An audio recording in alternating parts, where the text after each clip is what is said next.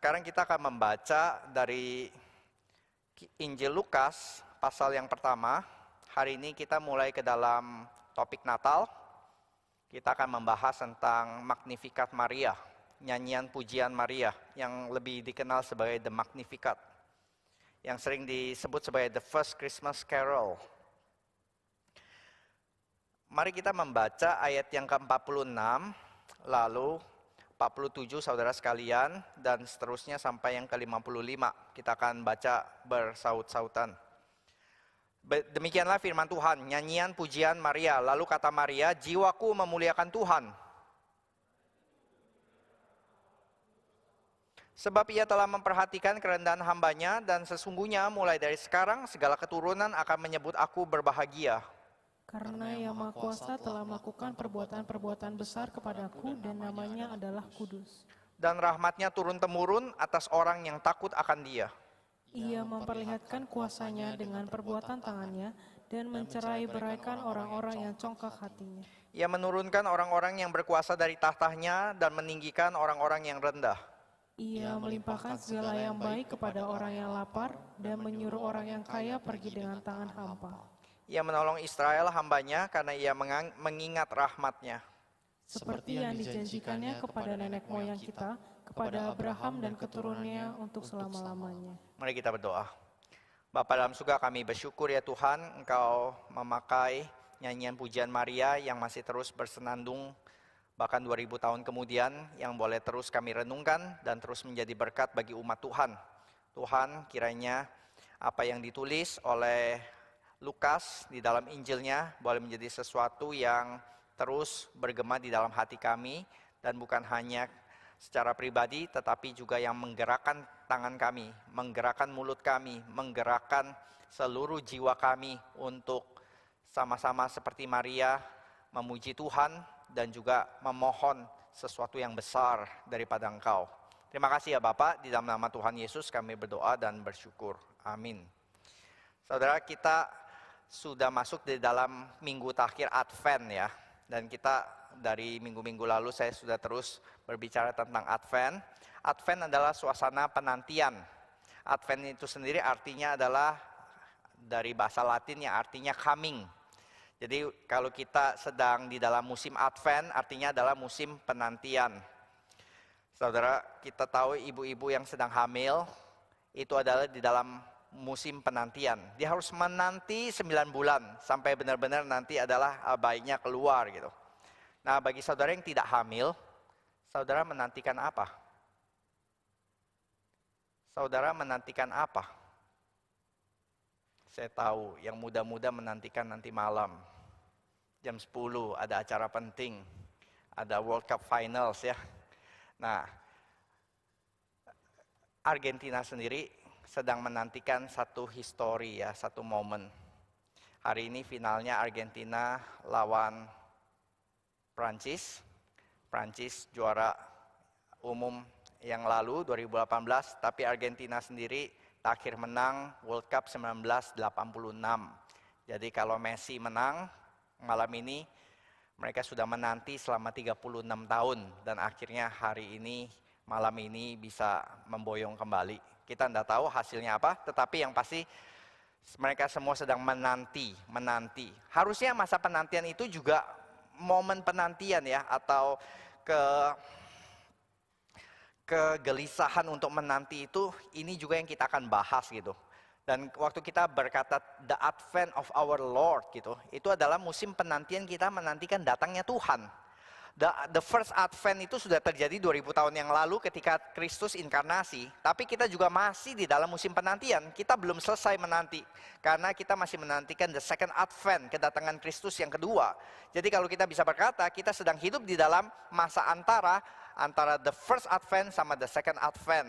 Dan kita seharusnya boleh menjadi umat yang hidup di dalam masa penantian. Masa-masa yang bukan hanya menanti tentang musim diskon akhir tahun atau World Cup Finals, tapi kita menantikan seseorang, kita menantikan Kristus. Yang jomblo bukan hanya menantikan datangnya jodoh gitu ya, yang sudah menikah bukan hanya menantikan datangnya bayi, tapi setiap dari kita apapun status kita, kita harusnya boleh menjadi satu umat yang menantikan Kristus. Saya punya teman dulu di NTU, yang satu-satunya saya rasa ya, yang saya encounter gitu. Dia pernah satu hari dengan excited berkata kepada saya, "Her, saya lagi so excited nih." Apa? Excited apa? Excited menantikan datangnya Tuhan. Saya lagi pikir ini orang habis belajar teologi apa ya? Dan dia memang betul gitu ya. Dia menantikan, dia mendoakan datangnya Kristus, dan saya masih dengan ini ya, setengah bercanda berkata kepada dia, kita belum kawin, nanti dulu lah, Kristus datangnya setelah kita kawin aja gitu. Tapi dia berkata, enggak peduli, itu nanti kawin enggak kawin atau apapun, tapi benar-benar serius mendoakan agar Kristus segera datang. Nah, saya enggak tahu dia apakah masih terus menantikan Kristus setelah menikah, karena sekarang sudah menikah orangnya, apakah masih dengan desire yang sama atau tidak. Tapi setidaknya itu boleh menjadi satu gambaran ya. Ada orang-orang yang terus hidup di dalam masa penantian, dan musim Advent ini mengajar kita atau mengajak kita untuk juga menjadi orang-orang yang menantikan datangnya Tuhan. Nah, ada 3 poin yang saya ingin bahas hari ini. Yang poin pertama adalah bagaimana kita hidup di dalam konteks generasi instan. Coba ditampilkan ya di sini. Konteks pertama kita adalah generasi instan ya. We cannot wait. We simply cannot and do not want to wait. Yang kedua, Advent season itu mengajar kita belajar untuk anticipate.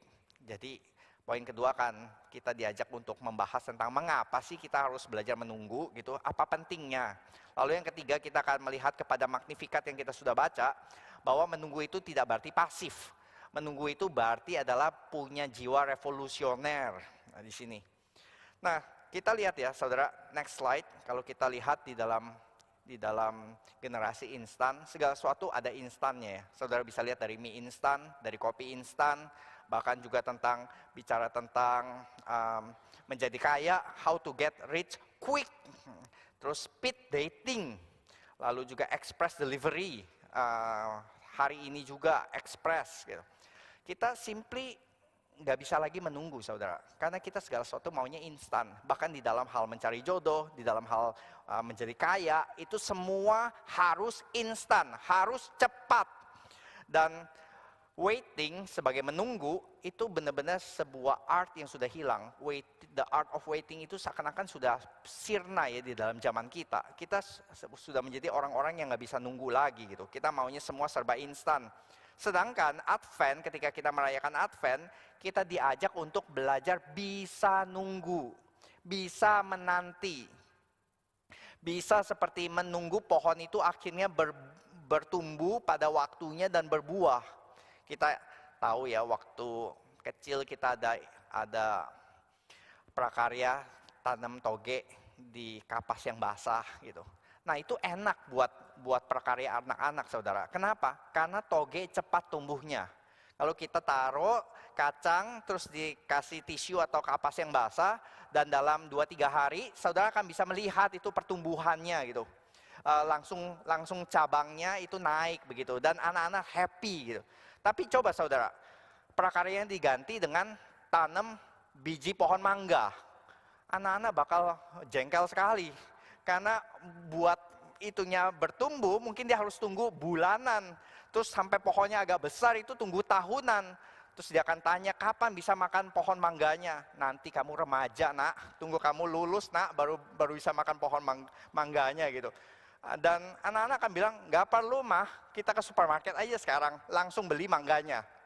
Ngapain nunggu sampai 5 tahun kemudian, 6 tahun kemudian baru bisa makan mangga. Langsung ke supermarket beli mangga. Kita sudah kehilangan, kita sudah tidak bisa nunggu. Dan coba lihat saudara ke Gramedia atau ke toko-toko buku, saudara akan mendapati buku-buku yang how to get rich quick, bagaimana 5 cara cepat mendapat jodoh gitu. Atau apalagi ya yang speed reading gitu. Bagaimana membaca buku secara cepat, hanya ada kursusnya bahkan. Dan kita seakan-akan ya semua hal tersebut mengkondisikan kita, sehingga waktu kita berelasi dengan Tuhan, kita juga maunya cepat. Ketika kita bergumul, kita ada pergumulan, kita doa, oh Tuhan jawablah doaku. Amin. Loh, kok Tuhan belum terjawab? Gak ada lagi penantian. Kita mau, Tuhan kalau mau jawab sekarang juga. Jangan nunggu-nunggu lagi. Oh Tuhan pulihkan keluarga saya penuh masalah. Keluarga saya banyak cekcok. Oh Tuhan ubah orang tua saya. Oh Tuhan ubah anak saya. Tapi kita gak mau nunggu. Kita maunya besok anak kita udah langsung baik semua. Kita mau mama saya sudah langsung berubah sifatnya. Gak ada itu saudara. Kita tahu Tuhan bekerja melalui proses. Dan ya saudara tahu, saudara bisa punya speed dating, but you cannot rush love. Ada beberapa hal yang gak bisa diburu-buru ya. Saudara bisa buru-buru, mie instan bisa ya. Dulu masak mie instan mungkin memang perlu waktu 15 menit. Sekarang dengan mie instan 3 menit bisa. Dan oke aja gitu. Tapi ada hal-hal penting yang memang tidak bisa dipercepat. Dan tidak boleh dipercepat juga. Salah satunya adalah kasih. You cannot rush love. Nggak bisa diburu-buru cinta begitu. Yang namanya trust itu built on time. Dengan proses gitu. Kepercayaan. Demikian juga misalnya friendship ya, friendship. Saudara yang ikut OSG, kemarin ada yang berkata, nggak cocok lah OSG, saya sudah coba nggak cocok. Lalu saya tanya, sudah coba OSG berapa lama? 2 kali. Oh gitu ya. 2 kali coba, nggak cocok, terus orangnya nggak kenal, nggak bisa dekat. Lalu saya bilang, kamu berharap apa? Berharap 2 kali OSG langsung bisa dekat, akrab, bisa sharing semua hal, bisa saling mendukung semua satu sama lain. Ya mungkin ekspektasi kamu yang salah kali ya, ekspektasi instan. Friendship dan fellowship itu perlu waktu ya untuk berbuah, sama seperti pohon perlu waktu untuk berbuah gitu. Maka yang salah mungkin bukan OSG-nya, yang salah mungkin ekspektasi kita yang terlalu pengen instan. Dan untuk hal-hal yang penting dan agung kita harus menunggu. Karena itu yang Alkitab nyatakan ya. Kita sudah membahas gitu di dalam Kejadian, bahkan juga Keluaran, bagaimana Tuhan pakai proses yang lama. Tuhan mendidik Yusuf harus di dalam masa-masa pembentukan 13 tahun gitu. Dari sejak dia dijual sampai dia menjadi orang kedua Firaun, itu perlu 13 tahun saudara. Sedangkan mungkin dia selama bertahun-tahun itu dia terus berdoa bagaimana Tuhan menyatakan kehendaknya. Dan Tuhan keep silent. Dan setelah 13 tahun baru Tuhan nyatakan ini loh kehendak saya. Maka saudara yang pengen 3 menit langsung tahu semua kehendak Tuhan. Dan Tuhan mungkin bilang tunggu ya. Berapa lama Tuhan? 13 tahun. Oh Tuhan pulihkan keluarga saya. Oh tunggu ya. Berapa lama Tuhan? 13 tahun. Wah kita mana sabar tunggu selama itu. Tapi itu bukti-bukti bahwa ada beberapa hal yang memang Tuhan suruh tunggu dan harus lewat proses. Dan salah satunya adalah Advent. Nah saya ingin membahas satu perumpamaan.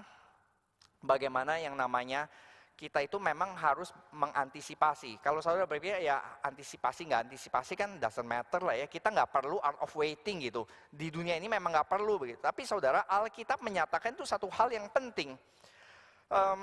Kita nggak baca lagi saudara. Tapi saudara tahu ada perumpamaan 10 gadis. The parable of 10 bridesmaids ya. Dikatakan 5 gadis bijak, 5 gadis bodoh di dalam Matius 25 ini. Dan di dalam pernikahan itu ada satu tradisi yaitu mempelai pria akan menjemput mempelai wanita, lalu setelah menjemput akan kembali ke rumahnya untuk mengadakan banquet besar-besaran, perjamuan makan besar-besaran. Dan sebelum mereka sampai, mereka akan didampingi oleh 10 bridesmaid ini, 10 gadis ini. Dan 10 gadis ini menunggu kapan si mempelai pria datang, lama sekali. Nah, dari perumpamaan ini ada beberapa hal yang harus kita coba clear gitu.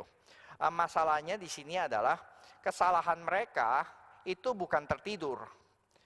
Karena kita nggak bisa berkata, oh mereka yang bodoh ini karena mereka tertidur, karena mereka malas. Oh enggak saudara, mereka 5 gadis bodoh ini tertidur, yang bijak juga tertidur. Karena mereka sama-sama menunggu dan menunggunya lama sampai ngantuk gitu.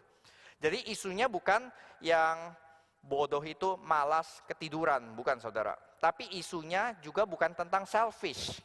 Kalau tadi isunya bukan tentang yang bodoh ketiduran, ini juga isunya bukan tentang yang bijak nggak mau berbagi. Saudara ingat ceritanya bahwa yang mereka ketiduran, lalu ketika ada cereng, mempelai pria datang. Lalu semua bangun, oh iya bagaimana? Oh minyak saya habis. Terus yang 5 gadis bodoh minyaknya habis. Lalu 5 gadis bijak bawa tambahan minyak. Gitu. Lalu yang bodoh berkata, kita share dong, minta dong, bagi dong. Lalu yang bijak berkata, enggak, kalau kita share itu nanti kita sama-sama kehabisan. Bagaimana kalau kamu coba dapatkan beli minyak di kios terdekat, SPBU terdekat. Tapi ternyata ketika mereka pergi, masa-masa genting itulah ketika mereka pergi mempelai pria datang. Dan yang bijak karena ada ekstra tambahan, api mereka tidak padam dan mereka masuk bersama-sama ke dalam perjamuan perkawinan. Sedangkan yang di sini akhirnya tidak bisa masuk, tidak bisa ikut dan ditolak untuk masuk. Isunya bukan tentang kemalasan, isunya bukan tentang selfishness, tidak mau berbagi. Isu daripada parable ini, perumpamaan ini adalah tentang preparedness. Bagaimana mereka prepare beforehand. Mereka sedia payung sebelum hujan.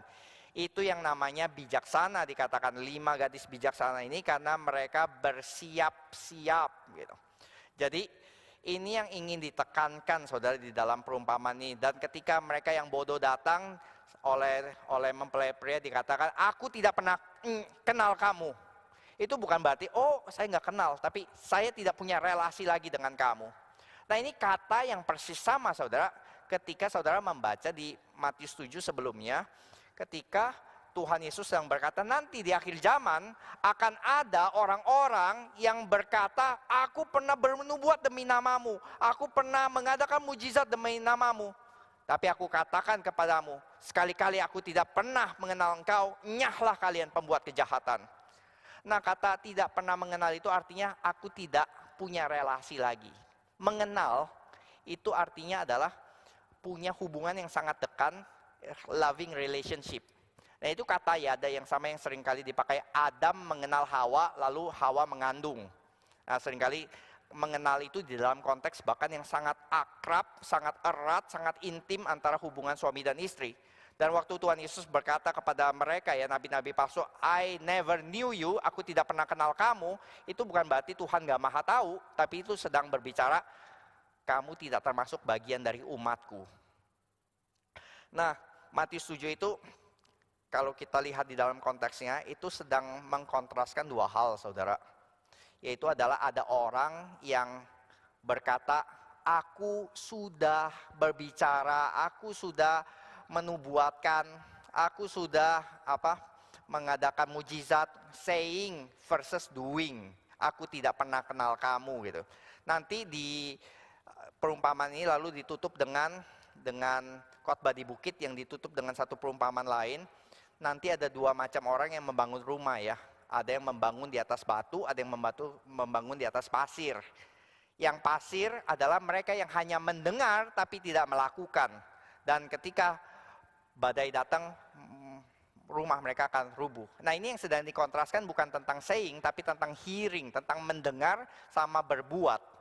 Jadi kita bisa lihat ya, ada yang sebelumnya dikontraskan antara mengucapkan sama berbuat, hanya ngomong, nato doang, ngomong-ngomong tentang Tuhan, tetapi tidak melakukan kehendak Tuhan. Ada juga yang hanya senang dengar firman Tuhan, tapi tidak melakukan. Nah kalau balik kepada perumpamaan 10 gadis tadi, yang sedang dikontraskan ini adalah apa saudara? Adalah antara 5 gadis bijak yang mengantisipasi, menantikan, dan tahu mungkin penantiannya lama, maka mereka bersiap-siap dengan ekstra minyak, sama orang-orang yang neglecting, yang mengabaikan, yang gak pernah bersiap-siap. Nah ini yang sedang dikontraskan dan taruhannya adalah nyawa kekal mereka saudara. Jadi itu yang pertama saudara, waktu kita bisa melihat dunia ini sedang membawa kita ke dalam zaman kebodohan. Zaman yang hanya mau instan dan tidak bisa nunggu lagi. Sedangkan Advent, kita poin kedua, kita masuk ke dalam Advent mengajar kita itu untuk belajar menunggu ya. Kenapa sih kita perlu belajar menunggu, menantikan? Karena saudara, pertama ya, kalau kita tanya why, kenapa saudara perlu belajar menunggu? Orang yang tahu menunda, tahu kepuasan. Sekali lagi ya saudara, orang yang tahu menunda, tahu kepuasan. Kita perlu belajar untuk anticipate, untuk mendapatkan kepuasan lebih besar. Ini di dalam berbagai aspek kehidupan, kita tahu yang namanya orang yang menantikan akan mendapatkan kepuasan yang lebih besar. Di dalam makan gitu ya, makan sebelum menu utama ada appetizer dulu, ada makanan-makanan pembuka yang mempersiapkan selera kita untuk nanti masuk ke dalam menu utama. Lagu pun juga kita sering mendengar ada intronya dulu, terus nanti baru puncaknya ada crescendo yang bikin kita puas. Olahraga juga kita harus pemanasan dulu sebelum masuk ke dalam pertandingannya tersebut gitu.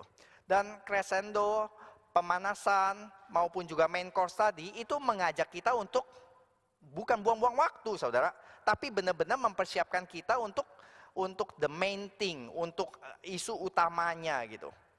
Dan ini yang kita lihat di dalam Alkitab. Kenapa sih mereka disuruh menunggu datangnya Kristus itu begitu lama begitu, dan mereka harus belajar menunggu. Coba kita baca dari Lukas 1 ayat 17, dikatakan demikian saudara. Dan ia akan berjalan mendahului Tuhan dalam roh dan kuasa Elia untuk membuat hati bapak-bapak berbalik kepada anak-anaknya dan hati orang-orang durhaka kepada pikiran orang-orang benar, dan dengan demikian menyiapkan bagi Tuhan satu umat yang layak baginya. Ini sedang berbicara tentang Yohanes Pembaptis ya. Lalu Matius 3 ayat 3. Sesungguhnya dialah yang dimaksudkan Nabi Yesaya ketika ia berkata, ada suara orang yang berseru-seru di padang gurun, persiapkanlah jalan untuk Tuhan, luruskanlah jalan baginya. Ya saudara, sebelum Kristus datang, Kristus sudah utus Yohanes Pembaptis terlebih dahulu untuk apa? Mempersiapkan jalan, mempersiapkan umat untuk siap gitu. Kalau enggak, kita akan melihat itu yang terjadi di dalam Natal ketika Yesus lahir. Seluruh kota Bethlehem tidak ada yang menyambut, tidak ada yang sadar Kristus lahir kecuali para gembala dan juga nantinya orang-orang Majus yang datang. Dan ini saudara ya, orang-orang Majus, gembala-gembala dipersiapkan untuk menyambut datangnya Mesias. Dan Tuhan kirim utusan, Tuhan juga memberikan kepada kita ya saudara. Kalau dulu Tuhan mengirimkan Yohanes Pembaptis supaya mereka siap menantikan datangnya Yesus Kristus. Kita saudara, kita kan tidak ada nabi ya sekarang. Tidak ada Yohanes Pembaptis yang diutus untuk berseru-seru bagi kita. Tapi kita sendiri pun ketika kita melihat, membaca kisah kelahiran Yesus di Injil, itu pun juga kita disuruh menanti saudara. Coba saudara lihat di dalam Injil Matius. Sebelum ke dalam peristiwa Maria melahirkan Yesus, kita disajikan membaca apa? Silsilah Yesus Kristus. Kita disuruh nunggu dulu, baca silsilahnya ini dari mana begitu. Lalu orang-orang Majus gitu baru. Lalu di Lukas juga demikian saudara. Bahkan Lukas lebih panjang lagi. Sebelum kita sampai kepada kelahiran Yesus oleh Maria, kita diajak dulu untuk lihat kisahnya Elizabeth dan Zakaria dan kelahiran Yohanes Pembaptis. Kita disuruh nunggu dulu saudara. Ini appetizer-appetizernya keluar dulu sebelum nanti main course-nya kelahiran Yesus itu muncul di pasal yang kedua. Kita seakan-akan pasal 1 ini ngapain? Kenapa nggak langsung aja seperti Markus misalnya gitu, yang langsung cepat gitu. Tapi di Injil Matius dan Lukas yang mencatat tentang kelahiran Tuhan Yesus, itu kita disuruh nunggu. Ada Advent, ada pasal 1 yang berfungsi sebagai Advent, ada pasal 1 yang berfungsi sebagai Yohanes Pembaptis yang disuruh mempersiapkan hati kita. Nah sekarang kita mau membahas Advent dari sudut pandang Maria saudara. Kenapa sih kita perlu melihat dari sudut pandang Maria? Karena Maria embody ya, apa itu namanya, menghidupi tema Advent tersebut. Dia menantikan 9 bulan dan dia juga ini ya saudara, dikatakan agak beda ya kalau kita lihat Injil Matius sama Injil Lukas gitu. Injil Matius, Maria itu figuran. Karena malaikat datangnya kepada Yusuf ya. Oh Yusuf jangan takut, ambillah Maria. Gitu. Karena dia dikandung oleh Roh Kudus, jangan takut. Gitu. Tapi di Injil Lukas yang kita baca, malaikatnya datangnya bukan kepada Yusuf, datangnya kepada Maria. Oh Maria jangan takut gitu. Engkau akan mengandung dan melahirkan seorang anak laki-laki dan kau hendaklah menamai dia Yesus gitu. Jadi kita bisa lihat di sini aktor utamanya di Injil Lukas itu Maria. Dan nanti setelah dia hamil dan dia datang kepada Elizabeth berkunjung dan dia melihat gitu ya bahwa Elizabeth juga diberikan anugerah kehamilan, lalu dia menyanyikan nyanyi pujian Maria, Magnificat. Dan ini saudara, nyanyian pujian Magnificat ini adalah ucapan wanita paling panjang di Perjanjian Baru oleh Maria. Jadi kita bisa lihat benar-benar Injil Lukas gitu ya. Lukas memberikan porsi yang besar banget bagi Maria. Bukan hanya dia menjadi aktor utamanya, tapi dia juga dikasih screen time, dikasih conversation yang panjang sekali di sini, di dalam Magnificat. Dan ini yang kita ingin bahas tentang Magnificat berikutnya nanti. Tapi sebelum kita bahas ke Magnificat, kita coba boleh komparasi dulu ya antara Zakaria sama Maria. Ada satu poin yang kita perlu gumulkan terlebih dahulu. Saudara, kalau kita ingin tarik komparasi, paling bagus itu pakai kontras ya. Kan teknik kontras itu menarik ya. Yang satu hitam banget, yang satu putih banget gitu. Yang satu tinggi banget, yang satu pendek banget.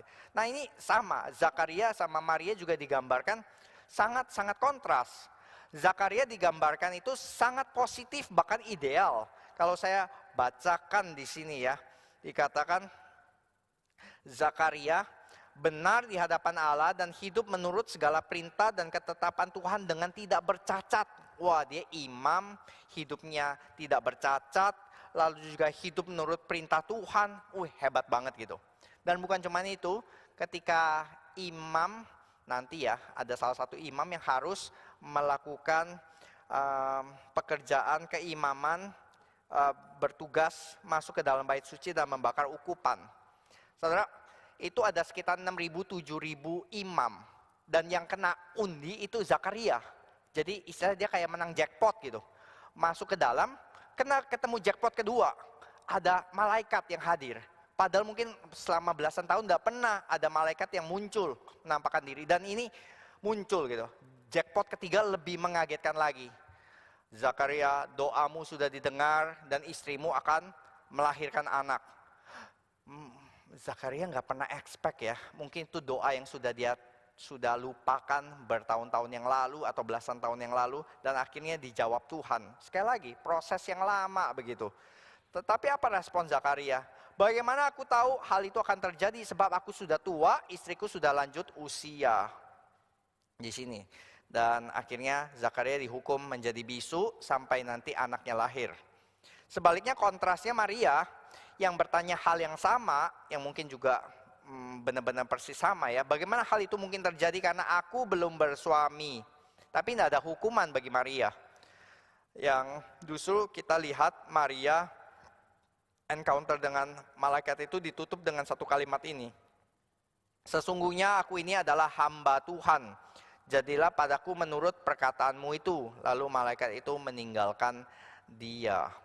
Jadi saudara bisa lihat di sini ya, ada satu ketaatan ya dari Maria. Dia nggak ngerti bagaimana caranya kalau misalnya Elizabeth pernah ada pattern wanita mandul, terus akhirnya bisa melahirkan, dia bisa melihat kepada wanita-wanita patriark dulu, istrinya Abraham, istrinya Ishak dulu juga mandul, lalu bisa melahirkan. Tapi yang namanya perawan melahirkan itu belum pernah ada itu ceritanya, belum pernah di dalam sejarah. Dan Maria mungkin juga bingung bagaimana ini. Tetapi dia bersikap taat, jadilah kehendakmu. Dan trust and obey ya saudara. Waktu kita sering mendengar lagu trust and obey. Tapi saya rasa tidak cukup ya cuman trust and obey. Kita juga perlu and praise. Karena budak itu bisa trust and obey. Tapi mungkin melakukan dengan grumbling gitu. Melakukan dengan terpaksa. Tapi kita lihat di sini Maria ketika ditulis tentang ketaatannya, jadilah menurut perkataanmu, trust and obey. Berikutnya catatan Alkitab adalah tentang Magnificat. Jiwaku memuliakan Tuhan, hatiku bergembira karena Allah juru selamatku. Oh saudara-saudara yang bergumul untuk taat kepada Tuhan, saudara pasti tahu lah ya, taat sama Tuhan nggak selalu mudah ya, nggak selalu gampang, walaupun kita tahu itu benar adanya. Misalnya, ya saya ngalamin takhir ini ya, sudah planning mau jalan-jalan besok gitu. Tapi ternyata ditunjuk wakil ketua NRIC, harus trust and obey.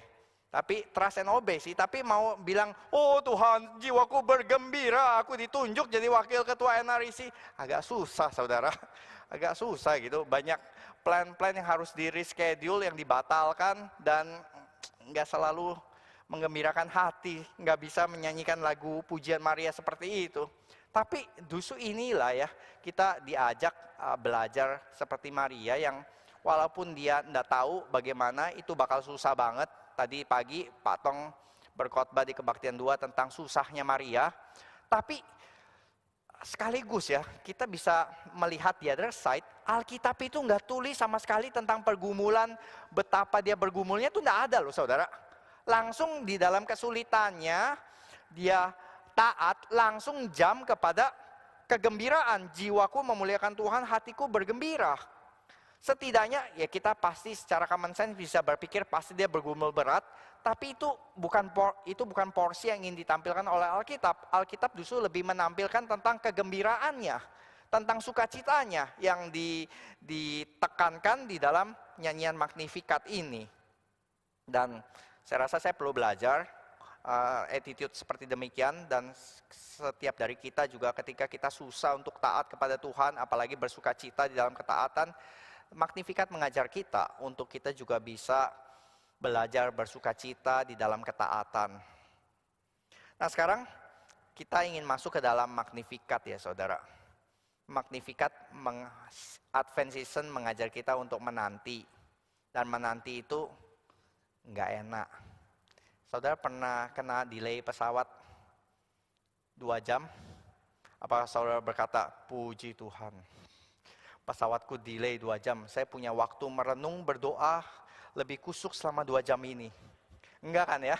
Saudara mungkin delay setengah jam, 1 jam, 2 jam itu penuh dengan caci maki ya. Udah gua bilang tuh, jangan booking pesawat ini, udah terkenal, selalu telat. Dan saudara penuh dengan ngoceh-ngoceh lah pasti kalau kita kena delay gitu. Nah bagaimana ya Magnificat ini mengajar kita untuk menanti, apakah menanti dengan pasrah atau justru mungkin ada poinnya untuk kita protes. Karena Magnificat ini ternyata bukan nyanyian yang jinak, nyanyian first Christmas carol yang everybody likes the tune. Enggak saudara. Nah saya membaca satu artikel ya di Washington Post yang nulis itu anak pendeta saudara.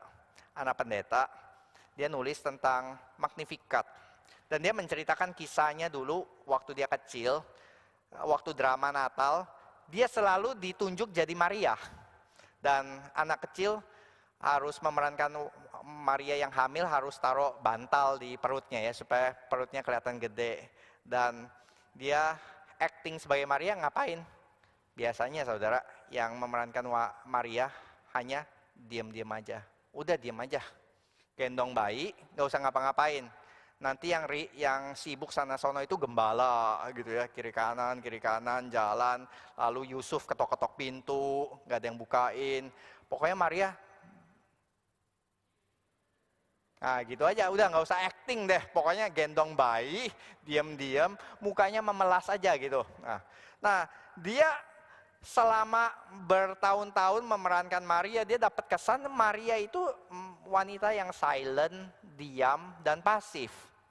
Jadi itu yang dapat kesan. Dan saudara bisa lihat wajah-wajah Maria di dalam Google Pictures gitu. Saudara akan mendapati wanita-wanita yang mukanya teduh ya, yang ayu kemayu begitu. Tapi dia menulis demikian, much later in life I was shocked to discover that Mary wasn't quiet, nor was she what I will call meek and mild. Nanti kemudian setelah saya lebih dewasa, saya mendapati Maria tuh nggak diam, nggak pasif, dan nggak seperti yang saya pikirkan. Ternyata dia itu bukan lemah, lembut pasti iya ya, karena dia taat. Tapi dia tidak lemah dan tidak diam, tidak pasif. Ketika dia baca ulang Magnificat, dia menyadari satu hal gitu. Dia sangat-sangat familiar bagian awalnya, dan bagian akhirnya itu seakan-akan sangat asing. Coba kita lihat ya, di bagian awalnya ya. Ini bagian yang sangat familiar bagi kita kalangan Reform dan Evangelical. Jiwaku memuliakan Tuhan, hatiku bergembira karena Allah Juru Selamatku, sebab ia telah memperhatikan kerendahan hambanya. Sesungguhnya mulai dari sekarang segala keturunan akan menyebut aku berbahagia. Karena yang Maha Kuasa melakukan perbuatan-perbuatan besar, dan namanya adalah kudus. Dan ada lagu-lagu Magnificat yang sampai di sini saja. Tapi enggak mencatat bagian lirik bawahnya itu enggak ada, saudara. Lirik bawahnya itu apa? Yaitu adalah bagian yang kaget-kaget gitu ya ketika dibahas lebih mendalam gitu. Karena yang ditulis selanjutnya adalah ia memperlihatkan kuasanya dengan perbuatan tangannya, mencerai-beraikan orang-orang yang congkak hatinya. Ia menurunkan orang yang berkuasa dari tahtanya. Ia meninggikan orang-orang yang rendah. Ia melimpahkan segala yang baik kepada yang lapar dan menyuruh orang yang kaya pergi dengan tangan hampa. Ini gambaran wanita yang lebih mirip wanita aktivis yang sedang menyuarakan protes, saudara. Gitu ya. Bagaimana ini ya, mereka bisa melihat gitu gambaran Maria remaja yang takut, pemalu, soleha, tiba-tiba digambarkan menjadi gambaran wanita yang strong, yang perkasa gitu, yang coba bisa ditampilkan gitu ya, gambar Maria di sini. Nah, ini gambar salah seorang artis yang waktu dia gambar, terus dia tampilkan ke gerejanya, orang-orang gerejanya diaken protes. Apa-apaan kamu gambar Maria seperti ini? Mengacungkan tangan ke atas. Terus tulisan itu apa? Cast down the mighty, send the rich away. The hungry, fill the hungry, lift up the lowly. Apa-apaan kamu? Terus dia bilang, I just follow the Bible. Di mana Bible-nya? Magnificat. Terus dia kasih lihat, Lukas 1, ia menurunkan orang-orang. Terus diakennya garuk-garuk kepala, iya juga ya. Beneran ya, kok ada ya ayat-ayat kayak gini? Kok nggak sadar ya? Jadi dia bilang, jadi salah nggak? Iya enggak, gitu. Karena Marianya sedang injak kepala ular, dan tangannya itu seakan-akan sedang mewakilkan kemarahan Tuhan ya. Yang melihat orang-orang berkuasa yang sedang memakai kekuasaannya dengan lalim gitu, yang seperti Herodes gitu, yang membunuh bayi-bayi yang tidak berdaya, dan dia meninggikan orang-orang yang rendah, dan dia melimpahkan segala yang baik bagi orang-orang yang lapar. Jadi sepanjang sejarah, saudara, kita melihat ada ya orang-orang miskin tertindas yang mengidentifikasikan diri mereka ini dengan nyanyian Magnificat ini. Bonhoeffer, Dietrich Bonhoeffer, seorang teolog dari Jerman yang mati karena berusaha melawan Hitler, melawan Nazi, tertangkap dan dihukum mati oleh Nazi. Dia pernah berkata tentang Magnificat, dia menulis demikian. Magnificat is the most passionate, the wildest, one might even say the most revolutionary hymn ever sung. Revolusi, saudara. Ini kata revolusi, kata yang mungkin agak kurang positif di telinga kita, karena kita mungkin langsung teringat revolusi 98, kita mungkin teringat pembakaran ruko, kita akan mengingat hal-hal seperti demikian gitu. Tapi saudara, sepanjang sejarah ada orang ya yang mereka yang tertindas yang mengharapkan revolusi ya, mereka melihat Magnificat ini sebagai lagu merdu yang menggelorakan jeritan hati mereka, saudara. Dan revolusi itu selalu menakutkan bagi mereka yang di dalam kuasa. Jadi buat orang-orang yang di atas di posisi kuasa, mereka akan melihat ini lagu yang sangat subversif, yang berbahaya. Dan memang di dalam beberapa negara dulu pernah dicatat gitu ya, ketika Guatemala ya saudara, tahun 1980-an, pemerintah Guatemala menemukan kata-kata Maria tentang kasih Tuhan bagi orang miskin dan meninggikan mereka dan merendahkan yang berkuasa terlalu berbahaya dan revolusioner. Lagu itu cukup menimbulkan kegemparan di antara masa Guatemala yang miskin. Sehingga orang-orang miskin ini terinspirasi untuk menyanyikan lagu Magnificat dan percaya bahwa perubahan mungkin terjadi. Bahwa mungkin ada orang-orang yang berkuasa itu akan diturunkan oleh Tuhan dan mereka memimpikan mimpi yang sama. Jadi pemerintah mulai khawatir dan mereka melarang pembacaan kata-kata Magnificat di depan umum. Saudara mulai sense kan ya. Saudara yang pernah hidup di dalam zaman Soeharto, kita tahu kok ya, masa-masa demikian ketika ada orang yang berani berpantun tetapi sangat kritis terhadap pemerintah, dan semakin dia bernyanyi keras atau itu ya menyuarakan kritikannya, kemungkinannya hanya satu, dia akan hilang. Dia akan hilang tidak berbekas. Karena pemerintah diktator seperti demikian tidak suka lagu-lagu subversif seperti ini, yang hanya ingin melanggengkan kekuasaannya. Dan penulis tadi ya saudara, kemudian dia tuliskan lagi nih. Nah ini menarik gitu, ketika dia bahas kenapa ya bagian awalnya itu sangat familiar, tapi bagian akhir itu kurang familiar, jarang dibahas atau ditekankan di dalam gereja. Why has this song been forgotten or trimmed for so many people who grow up evangelical? Nah dia mulai menduga-duga, alasannya tuh apa? Kenapa lagu bagian belakang ini dilupakan di dalam gereja-gereja Injili? Apakah ini karena mungkin produk reformasi ya? Reformasi waktu itu kan sedang sangat keras menentang Roma Katolik yang sangat menonjolkan tentang Maria. Jadi segala sesuatu yang berbau Maria seakan-akan dikesampingkan, dipinggirkan supaya nggak terlalu supaya kontras dengan Roma Katolik gitu. Apakah itu atau mungkin karena memang kita hidup di dalam tradisi yang enggak familiar lagi dengan liturgi, makanya Advent tadi sudah dibuang, kalender gereja sudah dibuang, gitu. Kita enggak merayakan Advent, pasang lilin kan enggak kan ya, gini. Itu padahal ratusan tahun, ribuan tahun gereja itu selalu mengadakan ritual gereja seperti demikian. Tapi 100 atau 200 tahun belakangan ini kita sudah enggak peduli dengan tradisi, kita enggak peduli dengan semua hal-hal tersebut, gitu. Jadi apakah itu ya? Atau perhaps ini yang saya rasa penting untuk jadi self-kritik ke dalam bagi kita.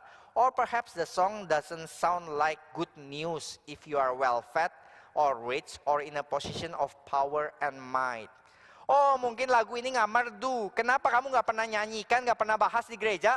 Karena kamu mungkin bagian dari orang-orang yang kaya, berkuasa, dan ya kenyang, nggak lapar, nggak haus, nggak diinjak-injak, dan you benefit from system that oppress. Kita benefit, kita berbagian di dalam sistem yang seakan-akan menggemukkan kita. Di zaman Tuhan Yesus itu, saudara, kita ditulis ya, hanya 2-3% yang termasuk golongan kaya. Yang kaya semakin kaya, yang miskin semakin miskin. Dan kayaknya kalau kita fast forward 2000 tahun, kayaknya kondisi tersebut masih belum berubah ya.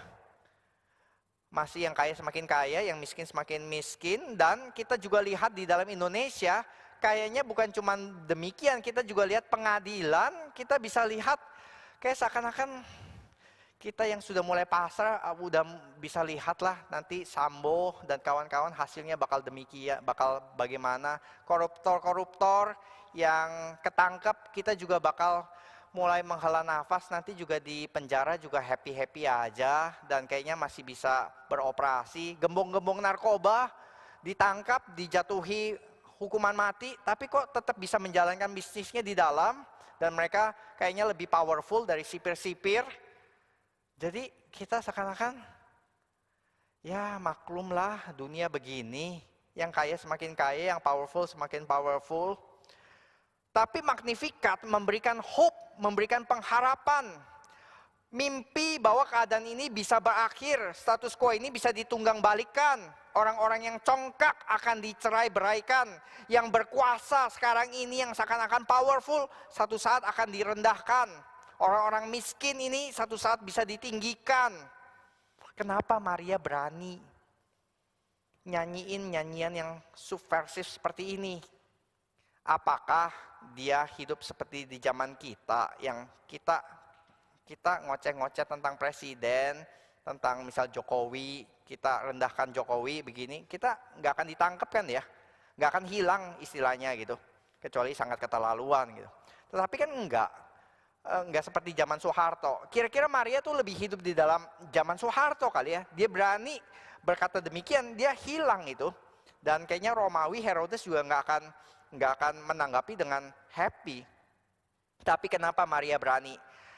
Karena ini saudara, karena dia sadar apa yang dia tulis ini, revolusinya sudah dimulai. Kok sudah dimulai? Iya, karena dia lihat juru selamat yang dinanti-nantikan hendak lahir di istana, hendak lahir dari darah biru, hendak lahir dari keturunan raja bangsawan. Lahirnya dari mana saudara? Dari dia, gadis deso yang miskin, yang gak punya apa-apa. Tapi Tuhan pilih untuk menjadi ibu dari juru selamat tersebut. Dan dia mulai melihat, ini betul nih orang-orang yang rendah ditinggikan. Dan dia berkata, sesungguhnya mulai sekarang segala keturunan akan menyebut aku berbahagia. Maria bakal punya kesulitan besar. Tapi Maria juga sangat sadar, dia akan jauh lebih berbahagia dari semua wanita yang pernah melahirkan. Karena yang dilahirkan adalah sang juru selamat yang dinanti-nantikan tersebut. Lalu si penulis artikel ini merenung ya, dia kasih pertanyaan terakhir. Bagaimana kalau misalnya saya ini bukan dari bagian yang tadi ya, yang nggak miskin, saya juga nggak lapar, saya kalau buka kulkas kayaknya masih bisa untuk makan seminggu. Saya bukan seperti orang yang buka kulkas, aduh Tuhan tolong besok saya nggak makan. Atau berdoa, Tuhan tolong ini gimana bayar uang SPP anak, bayar uang pangkal nggak mampu Tuhan. Bukan saudara, mungkin enggak gitu ya. Dia mungkin enggak bergumul demikian. Jadi kayaknya lagu Magnificat ini juga enggak terlalu seperti good news gitu ya. Jadi pertanyaannya bagaimana ya? Refleksinya apa bagi kita? Refleksinya dia bilang adalah kalau kita bukan bagian dari orang yang opres, yang menindas, dan kita juga bukan bagian dari orang yang miskin, tertindas, tapi kita cukuplah di tengah-tengah gitu punya nggak sampai tertindas tapi punya tabungan, punya kemampuan, punya pangkat, dan bagaimana kita menanggapi ini. Nah, ini yang mungkin kita perlu bahas lebih mendetail karena artikel tersebut sepertinya left us hanging there gitu. Saya rasa ini saudara, Magnificat ya ketika kita melihat justru membuat kita ya saudara, baik yang di atas maupun di bawah ataupun juga yang in between di tengah-tengah, itu belajar untuk celebrate Christmas di dalam penantian akan datang satu masa ketika Tuhan akan mengenyahkan segala ketidakadilan. Dan kita tahu saudara, yang namanya hope itu bukan wishful thinking di depan menantikan akan terjadi begitu. Tapi adalah bagaimana yang kita nantikan itu kita mulai laksanakan, kita mulai lakukan di dalam konteks kita yang sekarang ini. Kita bawa the future back into our presence. Kita mulai perjuangkan supaya yang presence ini akan semakin seperti yang dijanjikan oleh Tuhan. Itu yang kita doakan. Oh Tuhan, jadilah kehendak-Mu di bumi seperti di surga. Kita bukan hanya menantikan surga, kita diminta untuk menjadikan surga di atas bumi di dalam konteks kita masing-masing. Saudara yang punya perusahaan, saudara bisa coba lihat apakah kita opresif atau tidak. Apakah kita memperlakukan bawahan, kita memperlakukan pegawai-pegawai dengan baik, dengan benar. ada yang benar-benar memperhatikan, memberikan asuransi kesehatan supaya mereka bukan hanya diperhatikan ininya ya, gaji sebulan, tapi juga ada asuransi untuk mereka, untuk keluarga mereka, sehingga mereka bisa bekerja dengan damai tanpa harus ketakutan. Dan Maria membukakan mata kita itu tentang keagungan kebesaran Tuhan. Bahwa Tuhan itu bukan hanya peduli tentang inner spirituality kita, tapi Tuhan itu peduli tentang situasi ekonomi, situasi politik kita. Jadi ada satu pemuda yang dengan naif berkata, kita boleh ya doain tentang politik ya. Oh sangat boleh, karena Alkitab ini tentang politik, tentang ekonomi. Kita boleh mendoakan ekonomi kita semakin baik gitu ya. Kita boleh berbagian di dalam doa-doa kita dan juga di dalam tangan kita, di dalam apa yang Tuhan percayakan. Dan Tuhan ingin kita berbagian dalam mimpi besar Maria. Mimpi besar di mana ketidakadilan yang kita lihat di sini satu saat akan ditunggang balikan, diputar balik, dan akan menjadi dunia yang lebih baik, dunia yang sesuai dengan kehendak Tuhan. Tapi kita maunya adalah saudara, merubah sesuatu putar balik itu susah banget gitu, karena itu merubah sistem. Kita maunya adalah proyek diakonia seasonal, yang cuci bersih kita punya conscience. Ya, satu persekutuan pemuda Kelapa Gading lagi nanya ke saya, kok boleh nggak musim Natal ini kita diakonia yuk ke panti asuhan. Saya menghela nafas, pikir dulu sebentar sebelum reply, lalu saya reply gitu ya. Saya bilang, oke, kalian mau proyek ini. Oke, saya bilang, kalian penuhi dulu 4 hal ini, baru kita jalankan bersama-sama sebagai satu persekutuan, sebagai satu gereja.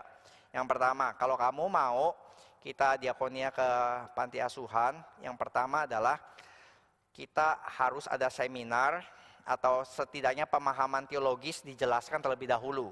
Karena kita tingkat rohani kita bisa beda-beda ya, ada yang dewasa, ada yang rendah. Jangan sampai kita datang dengan spirit Superman atau superhero. Kita datang, oh kalian orang-orang kasihan ya, saya tolong kalian. Enggak, saya enggak mau kita datang dengan spirit demikian. Dan juga bukan one time run off ya. Tapi kalau mau, kita kerjakan benar-benar continuous. Yang mereka butuhkan mungkin bukan one lump sum donation, tapi mungkin mereka perlu monthly contribution. Jadi kalau mau, gampang kita kasih uang kita ya, satu kali udah selesai gitu. Tapi coba dukung dana setiap bulan gitu ya. Setiap bulan berapa, mau gak gitu. Dan saya tanya, kalian sudah pick panti asuhannya yang mana belum? Oh enggak tahu sama sekali. Oh kalau gitu saya enggak tertarik. Saya bilang kalau mau kita beneran doain, Tuhan tunjukkan panti asuhan mana yang kita coba kenal pengurusnya, kita coba tahu visi misinya, kita kenal anak-anaknya, begitu kebutuhan mereka apa, dan kita benar-benar doakan terlebih dahulu. Jadi kita nggak datang ke situ cuma sekedar foto-foto lalu kita masukkan konten ya untuk dapat like yang akhirnya hanya untuk egonya kita gitu. Feel good moment karena kita sudah diakonia gitu. Dan yang terakhir saya bilang, nggak harus momen Natal, karena Natal mereka mungkin sudah dapat banyak kunjungan juga, dan kalau kita mau kita bisa datang hari Maret, April yang mungkin stok berasnya sudah mulai menipis dan mungkin sudah mulai berdoa keras lagi untuk give us our daily bread. Ya ini saudara, kalau kita mau mari kita kerjakan proyek-proyek yang lebih merubah sistem, yang lebih menunggang balikan, dan jangan sampai kenyamanan finansial, pandangan politik kita itu akhirnya membutakan kita, meninabobokan kita akan mimpi Maria. Magnificat ini mengajak kita saudara untuk berani bermimpi, dan mimpinya bukan hanya kita pasif sekali lagi, tapi mimpi yang menggerakkan kita untuk bisa melakukan something yang revolusioner. Revolusioner sekali lagi bukan sekedar ini ya, koar-koar di sosmed yang mungkin juga perlu, tetapi revolusionernya adalah kalau kita melakukan kebenaran, itu pasti revolusioner. Karena benar-benar melawan ketidakadilan yang sedang dikerjakan di dunia ini. Saya bersyukur di sini ada jemaat ya, yang bekerja di law firm sedang menggiatkan proyek itu ada sekolah yang mau digusur dan dia bersama para orang tua murid itu sedang protes, dan ternyata sekolahnya ini saudara bisa baca ya di koran ya, sekolah mau digusur, diganti jadi masjid begitu. Dan itu benar-benar satu pihak. Jadi orang tua protes dan ya jemaat ini membantu ya untuk menjadi ahli hukum. Dan saya rasa itu salah satu bagian yang kita bisa kerjakan. Dia mungkin memang di bidang hukum, dan saudara yang bukan di bidang hukum, saudara bisa mencoba menggumulkan panggilan Magnificat ini di dalam konteks kita masing-masing. Saudara di dalam apa? Saudara ibu rumah tangga, saudara mahasiswa, saudara pekerja, saudara business owner. Nah, bagaimana kita bisa mulai memimpikan mimpi Maria Magnificat ini dalam konteks kita? Apakah kita minta ya supaya shalom Tuhan itu ada di dalam konteks kita masing-masing. Dan kita kalau melihat ada ketidakadilan, kita juga bisa minta Tuhan memakai kita yang menjalankan seperti Maria tersebut. Dan kita lihat Magnificat ini nanti paling ultimatnya itu digenapi di mana saudara? Bukan di protes jalanan, tapi justru kita lihat di dalam the empty tomb, di dalam kuburan yang kosong. Tadi pagi Pendeta Stephen Tong berkhotbah tentang virgin womb and empty tomb gitu ya. Bagaimana perut yang harusnya kosong terisi, tetapi juga nanti penggenapan terakhirnya adalah di dalam kubur yang kosong.